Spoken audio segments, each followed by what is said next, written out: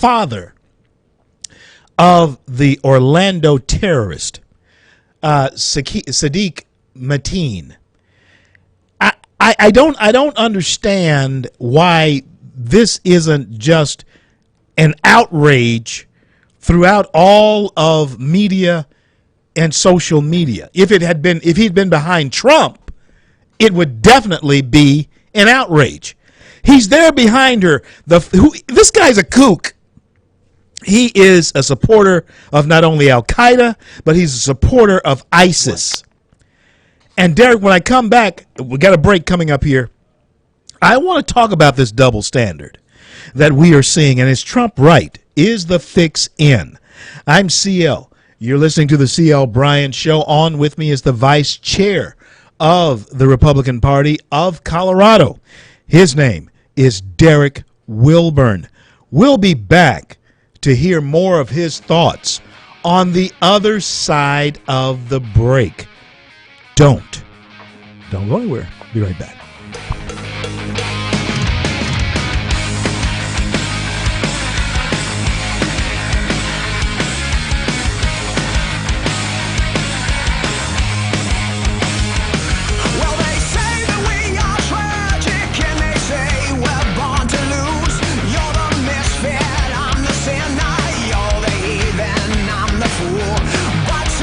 You'll be the master, all the slave, it's up to you.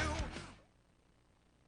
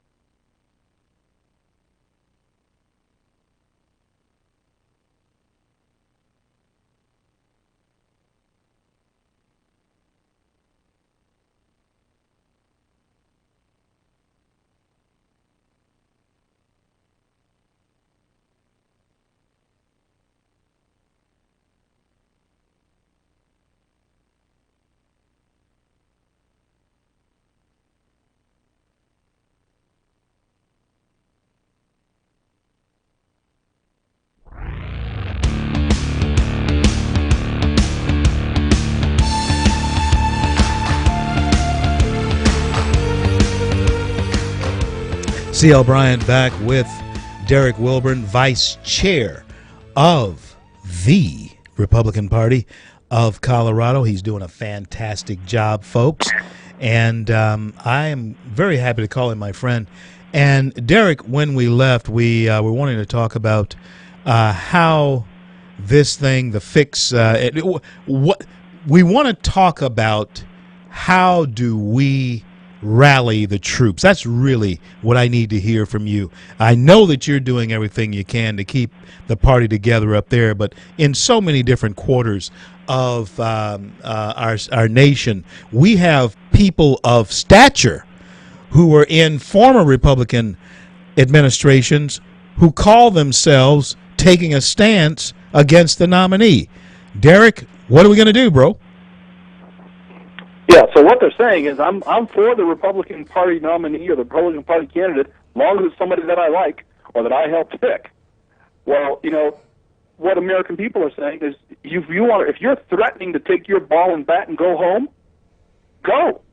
That's what we see people saying.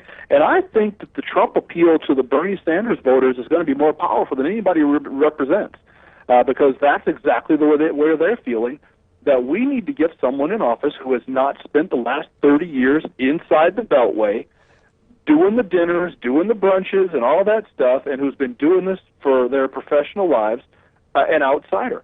And for those people who don't want to get on board with Trump, go away then. Go ahead and jump over. If that's what it's going to take to purge, in my opinion, that is close to term limits as we're going to get. Yeah, and this is and of course there's a lot of us that believe that and say that, Derek. But the thing that we run the risk of is if those who are unspoken in their feelings purge away like that, we lose the election. That's the problem. We have to win this election. So there has to be some bridge that we as Republicans can cross with Trump. We got to cross this bridge with Trump. There is no alternative. And as far as I'm concerned, it's going to be Trump or all or nothing. But this is what I want to ask you. You mentioned something very interesting. I've asked several people from Washington to California this question. I remember a time when a supporter of a socialist like Bernie Sanders could not possibly have made the leap to vote for a Republican like Donald Trump, nor would a Republican like Donald Trump ever have suspected or expected a socialist supporter to vote for him. Has the political world actually gotten to that place where we're through the looking glass, man? I mean, that's what's so frightening about this. What do you say? I think it has. I think it has, and millions of Americans are recognizing it. Trump and Sanders, though clearly different people philosophically and ideologically, tapped into the same energy, the us against them mentality, that being Washington, D.C. against everybody else. And they kind of lit that candle that says, there is no way 535 elected people and maybe a million and a half unelected should be able to boss around 310 million. But they've insulated themselves. They have set themselves up as in a corridor of power. We have reached the point where we no longer have representatives. We now have rulers. And if you don't want that anymore, get on board with me. And I think that socialist supporters of Sanders hear that message from Trump, that the system is rigged, it's us against them. Someone from the outside has to take it down because no one from the inside can take it down. They're a part of it. Like Hillary, get on board with me, and I think he's going to pull a decent percent of those voters. I certainly hope he pulls enough of them to get elected to the presidency of the United States, because he is what we have. And if I have to keep saying that and keep saying that and keep saying that until November 8th, I'm going to keep saying that. Now, I want to talk to you here just briefly about a wild card like a Ralph Nader or a Ross Perot, but he's coming in the form now of a former governor from New Mexico, and his name's Gary Johnson, pot smoker, although I think he's on a hiatus from that now that he's running for president. But just the same, he threatens to get another 5 to 6 percentage points, and I am uncertain what that would do if he was able to have a podium on the stage with Hillary and Donald Trump. What effect? Of course, we're prognosticating here. We're projecting, but is anybody like him someone who could come out of the bushes? I mean, what are you thinking on that? It only you mentioned the magic formula. It only matters if they can be involved in the nationally televised debates. Otherwise, they are complete non sequiturs. So you always have the Ralph Naders, you always have these fringe players, and they do get their percentages. They have their hardcore followers. Roseanne Barr is going to get some votes, but never really enough to make a difference unless and until they can meet the minimum requirements to get on stage and get their message out in the national debates like Ross Perot. So Ross Perot, with his Reform Party, he managed to get on the stage with Bill Clinton, with George H.W. Bush, and had enough of a message that enough people followed that thought, this guy's making some sense. Well, Ross Perot garnered 19% of the popular vote, but of the 19% that voted for him, 85% of those were previously registered Republicans that changed to the Reform Party. So Ross Perot gave us Bill Clinton. Unless Gary Johnson can get on the stage in the debates, he makes no difference. If he does get on the stage, then we got a conversation. I'm reminded of a fellow from the South, former governor of Alabama, George Wallace. Hubert H. Humphrey, you're a little bit young to remember this, but Hubert H. Humphrey would have probably been president of the United States, but George Wallace ran a third-party candidacy denying Hubert Humphrey the presidency, and the rest is history because Richard Nixon became president of the United States. And so these third-party candidates, in fact, the Bull Moose Party, you can go all the way back to Teddy Roosevelt, that did the same thing. But just the same, Derek, give us your website one more time, and I want to thank you for being on with me. rmblackconservatives.com. Huge Facebook presence, facebook.com/RMBTP, Rocky Mountain Black Tea Party, RMBTP. Join the conversation. Next time I'm on CL, we're going to talk about what we're doing in Colorado, which is historic. Well, stay with me. I'll tell you what. Hold on with me. Hold on with me. I want to give you that chance. I don't have a guest coming up. Hold on. Derek Wilburn will be back with me. Just a minute.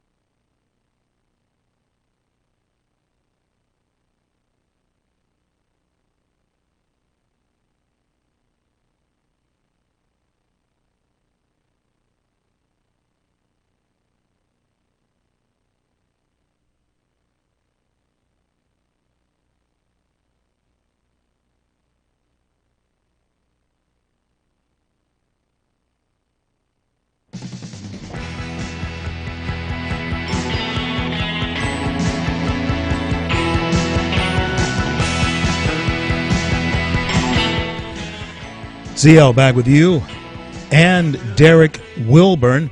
Derek, you were going to share with us some of the things that you have dropped, especially on Alan B. West website, Facebook and website page.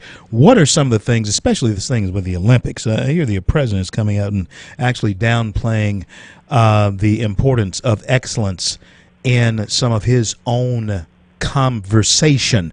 And callers, I want you to hold the line. I'll be with you in just a minute. 320-5335, 320-5335. I'll be with you in just a second. Derek, speak to that. I write for Alan West as well as the Federalist Papers. You have several columns in the last couple of days. The most recent one on Alan. The president gives a weekly address, as most people know, on Sundays. This week he gave his address on Sunday and took off on vacation on Monday, back to Martha's Vineyard for 3 weeks. And he used the occasion to talk about the Olympics and Team USA, but did not praise Team USA for their hard work, dedication, the discipline it takes to become an Olympian, none of that stuff. Instead, he praised our country for its diversity and the fact that we have more Muslims than ever representing the United States at the Olympics, et cetera, yada, et cetera. Not one word about the greatness of our country, the greatness of our athletes, any of that stuff, all about his leftist, ideological, diversity-driven agenda. And his praise for Islam. The president, I don't care what anybody says, he goes out of his way to praise Islam every chance that he gets. Now, where can we find that column, Derek? Alan B. West, B as in boy, alanbwest.com. It should be right on the homepage. It's only been up there for a couple of hours. Fascinating read. People can look at that, and here's the interesting hook that I put into it. The president talks about diversity constantly, the need for diversity, diversity, diversity, diversity. Yet where does he go when he chooses to vacation every summer? Martha's Vineyard, where there's no diversity. A private island off the coast of Massachusetts, accessible only by helicopter, which has about a 96.9% Caucasian population rate. He rents a 9-bedroom, 7-bath estate, golfs with his white millionaire buddies. And we pay for that. And attends parties. And we pay for that. We pay for that. And we pay for it. We pay for that. Not a black face in sight. You got 4 black folk on an island right now, all of them named Obama.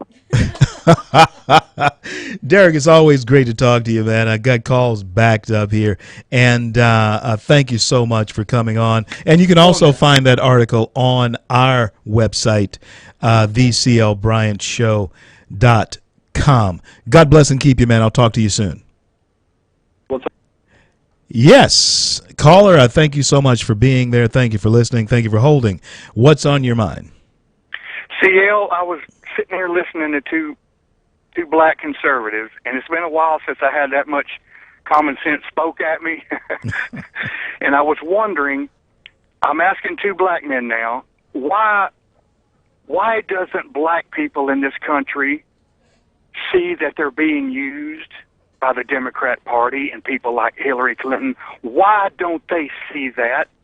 I tell you why. It has been a brainwashing, a 50-year brainwashing that has gone on in this country. Give you, for instance, you take like Hillary, the president has a 54% approval rating. He has 54% approval rating. Hillary has a 64% disapproval rating. But guess who the black community is jumping on the boat behind? Hillary Clinton. Go figure. I mean, how is this possible? That you know that more black kids are out of work than ever before in this nation's history. You know that black unemployment is up than ever before. Racism and crime in the black community. Crime in the black community is at an all-time high. But yet they're going to vote for the same party that has put them in this. So go figure. I don't get it. I really don't get it. That's crazy. But that's the way it is. Obama could run. This is the craziest part. Obama could run for president tomorrow, and he would still get 90% of the black vote. I don't understand. That's the situation that you have right now in this country. It is nuts. It is off the chain. But I tell you what, it's going to take a bigger and better mind than mine to explain it to America. Listen, man, it's a great call. Thank you so much for calling. Yeah, folks, Hillary has a 64% disapproval rating. The president has a 54% approval rating. But yet, the people who actually are being hurt the most are going to vote for his successor so that his policies can continue. Caller, thank you for calling. Thank you for being there. What's on your mind? Yeah, ACL, I think it's 68% approval. But who's We only have 1 minute, guys. Okay. One. Hey, I got 1 minute. I want you to hold for me. Is this Stephen? Is this Stephen? Hold for me. Hold for me. I'll come right back to you right after the break, Stephen. I'll come right back to you. Hold for me. supposed to be coaching, but here we go. And you want to hear this call, folks. When I come back to Socialist Stephen, you're going to want to hear this call because actually, I mean, yes, I was off a little bit. He's saying that Barack Obama actually has more of a 60% approval rating than 54. But we have to let the socialists have their say too. That's what this show is about: building the bridge to conversation, even though some of the conversation can become Looney Tunes. We'll see what Stephen has to say about it when we come back. I'm CL.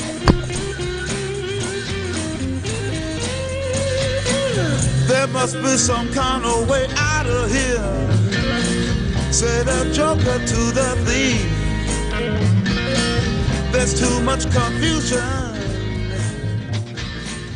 I can't get no relief.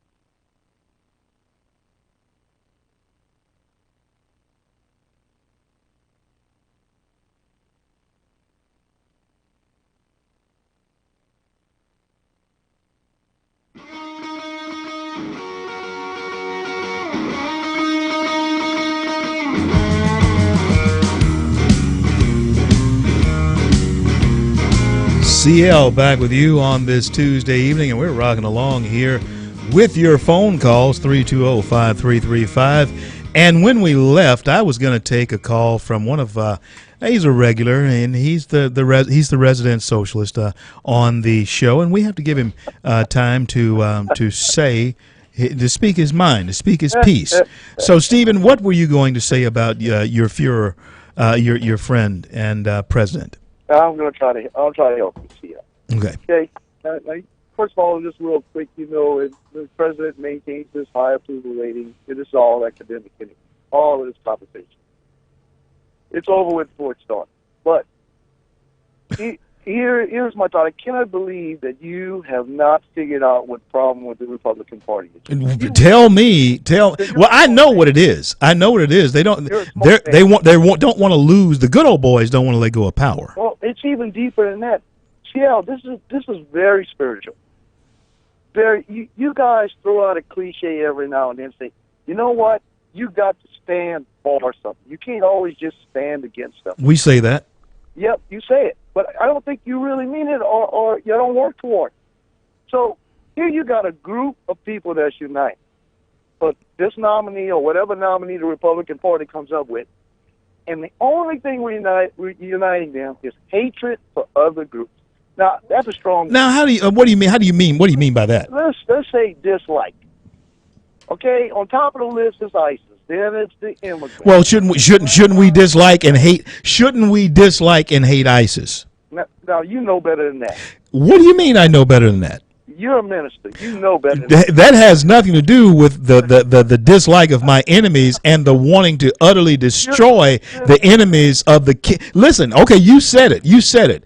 I am an ambassador of the kingdom of what I believe the Almighty God, and I am here to protect and defend that kingdom. There is no hate in the kingdom of God. Oh my goodness, no, it's not hate, but there is definitely defense of the kingdom of God. Well, definitely that. Well, let me finish my thought. So it is no surprise to me that the minute these people are turned loose on a nominee, they cannot agree. They hate everybody around them. They hate anybody that talks. Who is they? That's what I'm trying to get at. That's what I'm asking you. Who is they you're talking about? Conservatives, the modest conservatives, they're all in that Republican Party because they dislike other people. No, that's not true. That's not true. Actually, you're talking about Democrats. Democrats actually listen to me. Democrats actually dislike people they say they like. And you know how I know that? Through their actions. Through their actions, they have destroyed Detroit. They have destroyed Baltimore. They have destroyed Chicago. Everywhere Democrats have had their way, even with the people they say they like, guess what they've done? They've done hateful things toward them. Democrat or a Republican, okay? I am an American looking for the best man for the job. And so we all are. Stephen, I got to let you go there, man. I got another call on the line. I got to take it. Always good to talk to you. Be right back. Okay, now, caller, thank you so much for listening. Thank you for calling. What's on your mind? Yes, Mr. Bryant, you was talking about you didn't understand, you didn't see why all the Republicans were jumping ship. Yeah. You know, and I know that one congressman you had on earlier, he pretty well described it. You know, it's all about the money. Yeah. And they're afraid Mr. Trump's going to come in there and just tear their little playhouse down. But yeah, with a wrecking ball. Yeah, exactly. But you know, in Matthew 24, Jesus talks about the end times. And he says this is when the sorrows begin, you know. And it's quite possibly, you know, the beginning. This could be, you know, leading up to the tribulation. I mean, I believe in Bible prophecy. There is no question about that. In fact, studied it long and hard for several years in my younger years. And that is a very prophetic passage that you have described. And a lot of the things that's described in there is people turning on each other who actually are in the same house. Right. And you are actually seeing that. happen in this country right now with all the various social Exactly. things that are going on. You have children who can't possibly agree with their parents on this LGBT thing, Right. and and you have a government who is actually encouraging that. And so I take your point very well. Calls are stacking up. I gotta take the calls. Go ahead. One more thought. One last thing that they're going to see that the good Lord has said right here. He's going to. He said, "Behold, your house is left unto you desolate." Now, if Hillary Clinton gets in there, that's exactly what's going to happen. She will. Let me tell you something. The walls may actually come tumbling down because this woman, and this is the thing. She is there on a design. There's a design here. She is actually there to fundamentally change America. That's Hillary Clinton. That has been Barack Obama. Yep. Thank you so much for your call. Caller, thank you for listening. Thank you for calling. What's on your mind?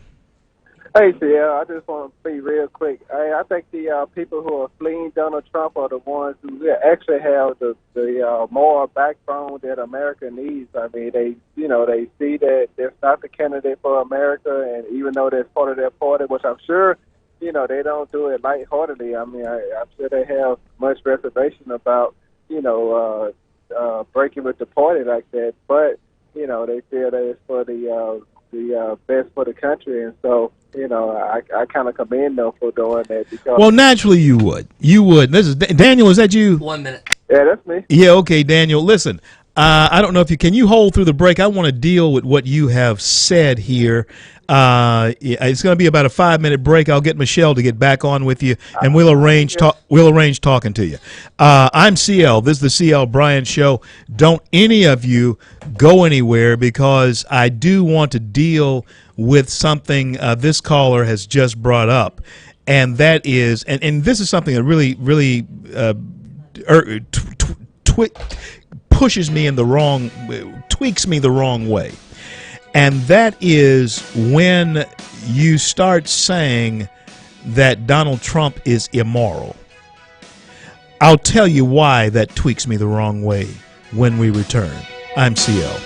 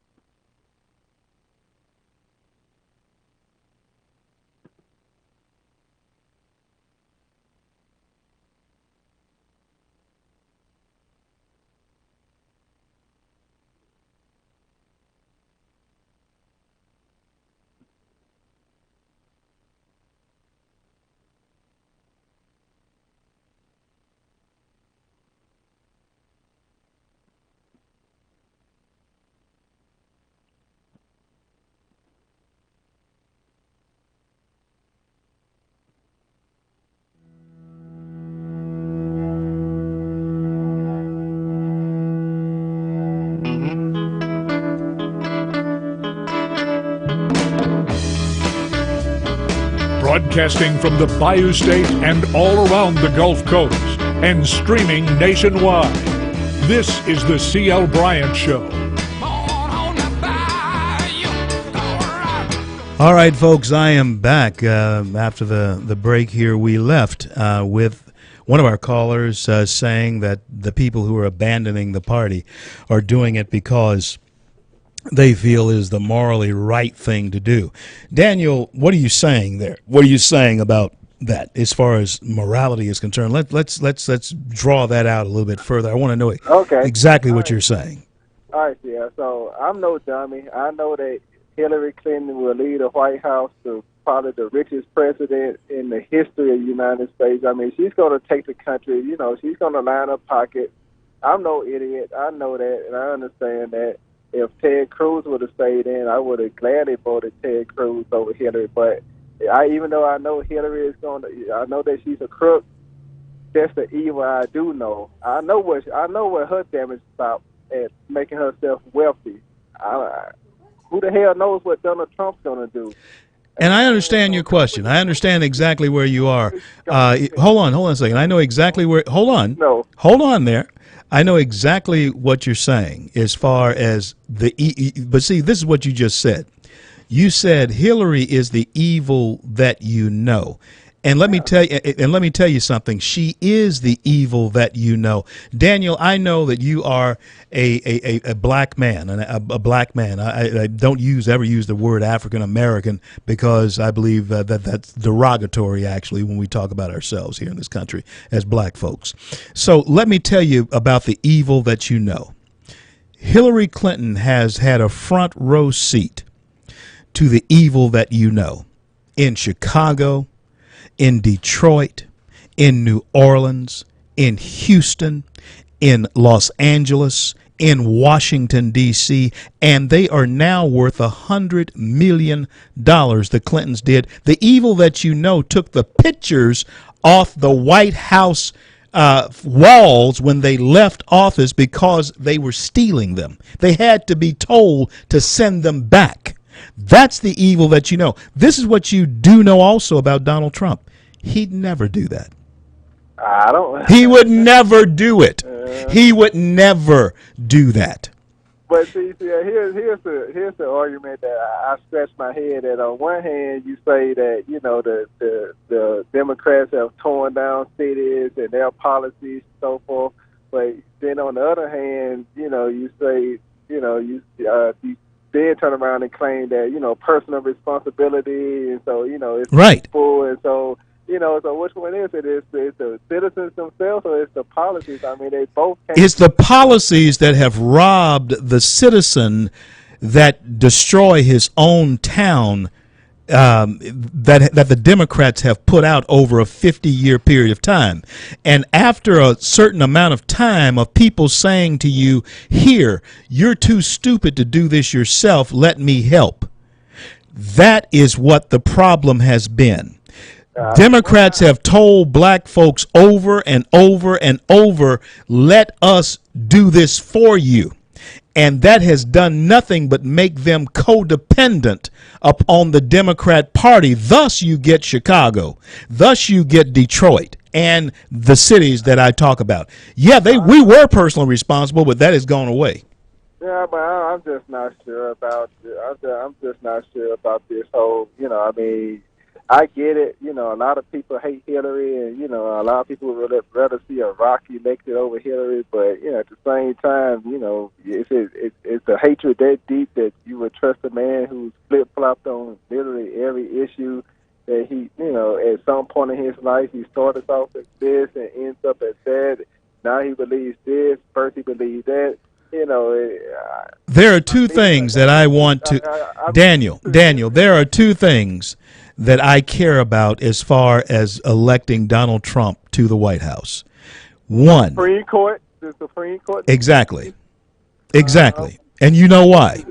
It should be very important to you as well. Yes. Okay, what's the other issue? And the other one is actually twofold: the First and Second Amendment of our Constitution. Hillary Clinton is fundamentally wanting to change the constitutional rights of our nation. And you should be very surprised. You should be very concerned about that. Notice what you didn't say, and what no one ever says anymore, that he's the best man for the job. You always. Well, he is the best man. He's the best person for the job in this situation. He is the best person for the job in this situation. That's why I put the Trump jersey on now. You know, for a long time, I was reluctant to do that. You know that. But I have now, and the reason is because of the two of them standing, he's the best man. You're wearing it proudly, too. I mean, I have to give you that. But, you know, you held true to your word. You was going to stand behind whomever it is, but I think that it was just a bitter pill to swallow for a lot of people, and I just don't think that a lot of people are willing to swallow that pill. But we got to do it. Talking to you, got to do it if we want to save the republic. And Daniel, you need to swallow the pill yourself and just get on board and let's get Trump elected so that we can avoid the catastrophe of what will happen to our nation if Hillary Clinton becomes president of the United States. Yeah. You keep talking and I'll keep listening, and maybe I will. I'll keep talking, brother. There's no doubt about it. Thank you for calling, though. Thank you so much. I'm CL. Always we want your opinions and your conversation. It builds the bridge that we all can travel back and forth on. Hopefully, we can talk about things that affect us all. Be right back. Once was a sweet thing, baby. Held out a love in our hands. Now I reach to kiss your lips. My touch don't mean a thing, and that's a cold shot, baby. Yeah, that's a thing.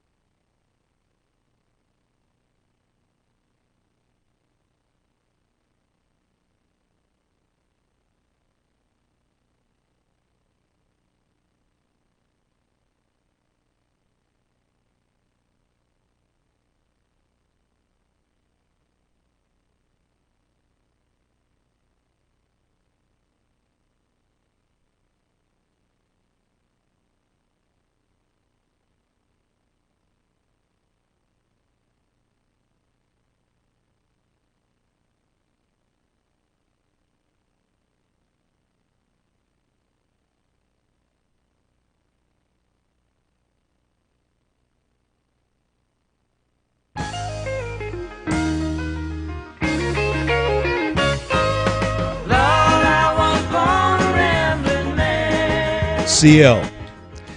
The only thing you have to do is look at the Olympics to see just what ambition, what ability and ambition can do, and what personal drive can do, and what the desire to self-motivate can do.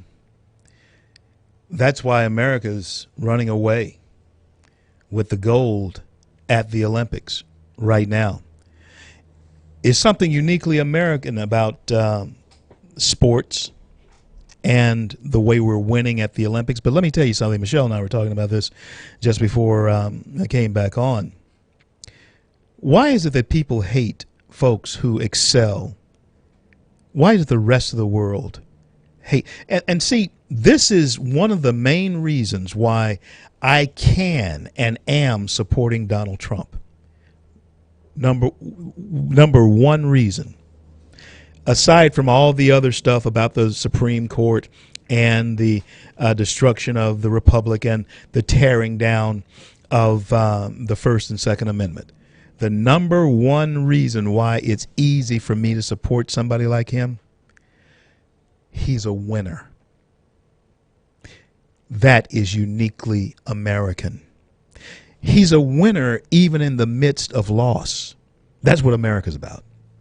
America's about being knocked down and getting up again on your own steam. And against the odds, pushing forward. Even when people said that you can't. Americans have always proven that we can. And so there is, even with all of the things that I may disagree with, as far as this candidate is concerned, there is one thing that is uniquely qualifying about this man for the presidency at this point in time. And it's exactly what America needs at this point in time. And that is a winner. Not the same old policies that have lost and have drug cities into the dregs of poverty, like Democrat and progressive liberal policies have drug Detroit and Chicago, inner cities all across the country, like Baltimore. Wherever progressive liberalism has had its way, American people have lost. Wherever it has. Wherever socialist policies have had its way in the world, people have lost.